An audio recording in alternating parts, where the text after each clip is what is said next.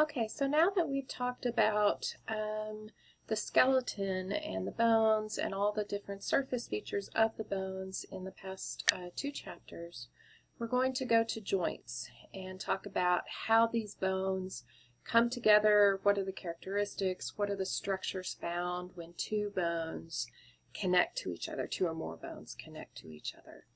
And so here you see on this first part, we're just going to classify. There's different types of joints, and then we're going to talk about specific joints in depth.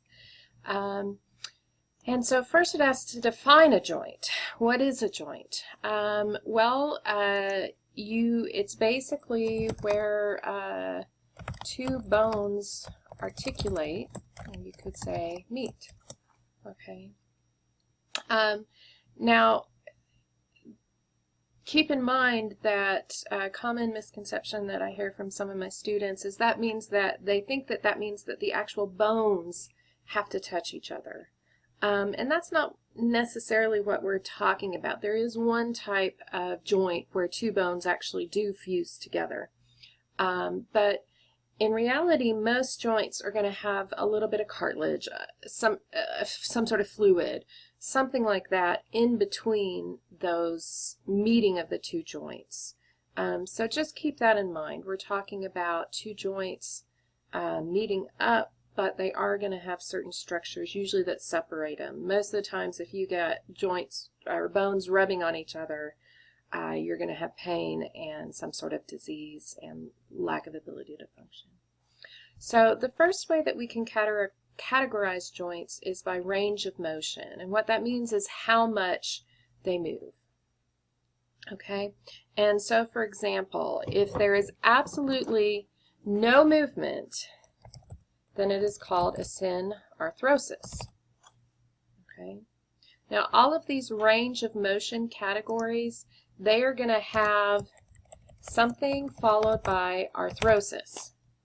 Okay, so just remember if you see arthrosis that we're talking about range of motion. So for example, we have a synarthrosis, we've got amphiarthrosis, and we've got a diarthrosis.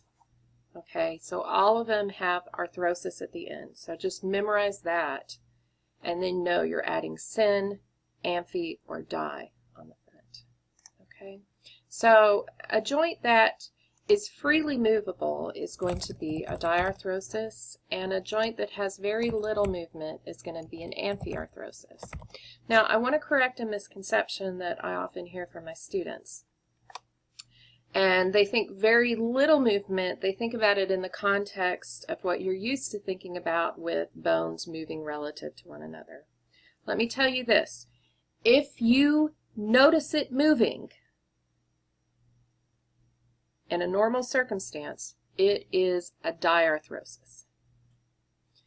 These amphiarthroses, you will have a little bit of movement there, but not so much that you are going to consciously notice it, at least in a normal circumstance. Okay?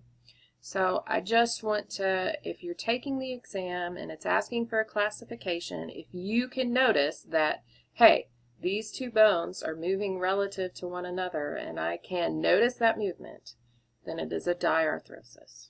Okay. And if we're looking at some of the different types of things that are synarthroses versus a diarthroses, let's go ahead and look at this. So this is showing some different articulations. So for example, the bones of the skull is shown right here, and once those bones are fully formed, the joint there is going to definitely be a synarthrosis, meaning no movement in a normal circumstance. Your teeth, actually, we think of loose teeth, but that is actually a state that is not a fully normal functioning state. And so, in fact, teeth in the socket, that is going to be a synarthrosis, no movement. Okay. Another one that we're going to see is going to be specifically the first rib with the sternum. Now, if you're trying to feel on yourself, remember that up here at the top is actually your collarbone with the sternum.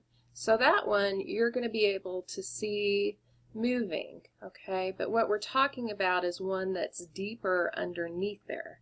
And it turns out there's a large connection of cartilage between that first rib and the sternum. And this only applies, if we're talking about the ribs, it's only applying to this first one, okay? And it turns out that's a synarthrosis, no movement, okay? So that connection is rigid. Here is showing right here in development, it turns out the frontal bones originate as two separate bones, and then the bones actually fuse together. So this is an example where you don't have cartilage, or turns out most of these skull bones, they actually have a little bit of dense fibrous tissue in between them. And so here is actually bone fusing together, and that would be a synarthrosis, so no movement. Now, places where you have a little bit of movement, so it's an amphiarthrosis, but you're not going to really notice that movement unless something's wrong, okay? One is going to be the pubic symphysis, so that would be where you have your two os coxa, okay, and they come together at the front, all right? So that pubic symphysis, that actually does have a little bit of give, but it's very non-noticeable, okay? And so, but that would be an amphiarthrosis. Another place is the tibia and fibula at the distal end, so this would be at your ankle. There's a little bit of ligament that helps connect those two and stabilize those two, and that has just a little bit of give, and so that would be an amphiarthrosis right there, okay? Now over here we have a synovial joint, and this is freely movable, okay? So any freely movable joint, again, where you're going to notice the two bones moving relative to each other, is going to be a diarthrosis, okay? So those are joints by range of motion. Now, the other categories that we have is by putting them into structural categories, okay? And so we can classify them broadly as first fibrous, which means they're going to have some sort of dense connective tissue connecting the bones. We're going to have cartilaginous, which means some sort of cartilage connecting the bones. Here is a bony fusion, so also called a synostosis, and remember OST means bone. And so here is going to be two bones fused together, okay? So there's no connective tissue in between. There's, as far as dense connective tissue, there's no cartilage in between the bones. It's literally the two bones have fused together. And then the last one is going to be synovial, and we'll go into the structure of synovial joints in depth on a later page in the homework lesson. So let's start here first. So fibrous means, again, and I'll put this in here, that there's going to be some sort of dense connective tissue between the bones. Okay, and one of the first ones we're going to talk about is sutures. So those are between the bones of the skull.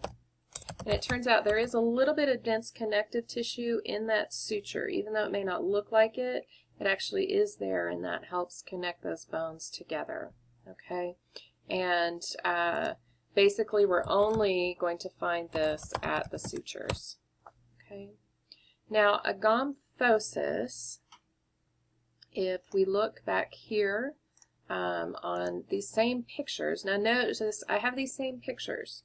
So every joint you can classify by how much it moves, which is where you're going to use those arthrosis words, or you can classify it by its structure. Okay, so same joint. So this here is the tooth in the socket. It's a very unique type of joint. It does have a little bit of connective tissue connecting that tooth. down to the either the upper or lower jaw, and so that is called a gomphosis. Okay, so tooth in its socket, so connected to the jaws. And so we only find this at the teeth. Okay. Now, a syndesmosis, this is going to be where two bones are connected. So bones are going to be connected by a ligament. All right. And so one of the examples that you would see on this PowerPoint image here is going to be this articulation right here, where you've got the tibia and fibula at the distal end, and there's a ligament that's connecting those two together. Okay. And so again, the distal tibia distal tibia fibula joint. Okay. And so those are all fibrous, meaning they all have dense connective tissue found between the bones. Okay. Another one is going to be cartilaginous. And so that means that we're going to have some sort of cartilage between the bones. Okay, and so right here for a symphysis, this is going to be some sort of pad of fibrocartilage. Okay, and over here a synchondrosis is going to be a rigid bridge of hyaline cartilage. Okay, so that's going to be the big difference between the two. Symphysis is fibrocartilage, synchondrosis is rigid hyaline cartilage. Okay, and not surprisingly, an example would be the pubic symphysis is going to be an example of symphysis, a cartilaginous joint. What that means is that if this is our pubic symphysis, right in between these two bones, let me see if I can hold them up here, right in between at this location, okay, is going to be a pad of fibrocartilage in between those two bones. Okay, synchondrosis, again, one example that we can see here is going to be this first rib in the sternum. This is a rigid bridge of hyaline cartilage, and it is immovable. Okay, and so this is going to be the first rib, and the sternum is our example of it. Okay. Now, bony fusions, we had one example here where we saw the fusion of the two frontal bones coming together. Okay. But another place where we typically see it is actually on long bones where they've actually fully matured, and so the epiphysis has fused with the diaphysis. There's no more cartilage in between them, but it is now completely fused and all bone. And so in a epiphyseal line, that would be an example. Okay, and then of course bony fusions, for example the frontal bone, where the bones actually fuse and there is no dense connective tissue still between those bones. Okay, so synovial joints, these are going to be all movable joints. Every joint that you notice moving is going to be a synovial joint. Okay, and if I'm going to put unique features here, this is where the two bones fuse, and then over here, synovial unique features, we're going to have what's called synovial fluid and a synovial cavity, and we'll go into those structures in more depth. So something that you should be able to do too is, like we said, each of these joints can be classified by range of motion and also by their structure. And so if we look here, okay, well, we already know that sutural bones don't move. And so the range of motion for a suture is also going to be a synarthrosis. Okay. Again, we said with teeth in the socket, they don't move. So those are also a synarthrosis. Okay. And so what I'd like for you to do, and your homework activity helps you with this as well, is be able to connect these terms over here with these up here. Okay. So for each one of these, you should be listing one of these range of motion terms as far as how much these things move. Okay. Another example, and so to do this backwards, okay, range of motion, name of joint is synarthrosis, so anatomical categories, that means here. And so then what you'll do once you complete this is you say, okay, what anatomical categories are this range? So we're just doing the same information but categorizing it in an opposite way. And so from what we filled in so far, well, we could say sutures don't move. Gomphosis doesn't move, and then once you fill this in, you list any others that are a synarthrosis. Okay, so again, I want you to get to the point where for every joint you can classify it both by its structure and by how much it moves. And there's a video that helps you out here, as well as some activities that will help you do that.